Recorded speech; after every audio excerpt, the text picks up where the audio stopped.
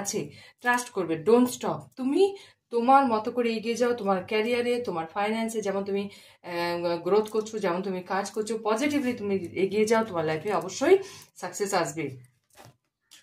Meditation being answer. তুমি যখন কখনো কোথাও কোনো রকমের প্রবলেমে আটকে যাবে বা কোনো রকমের যদি সমস্যা তুমি আটকে যাও, ঈশ্বরকে সমস্ত সমস্যার সমাধানের জন্য সারেন্ডার করে দাও এবং তুমি ধ্যান করো, ওম চ্যান্টিং করো, তুমি মেডিটেশন করো। মেডিটেশনের মাধ্যমেও তোমাকে অনেক তুমি প্রশ্নের উত্তর তুমি পাবে এবং তোমার চাকরা ব্যালেন্স হবে।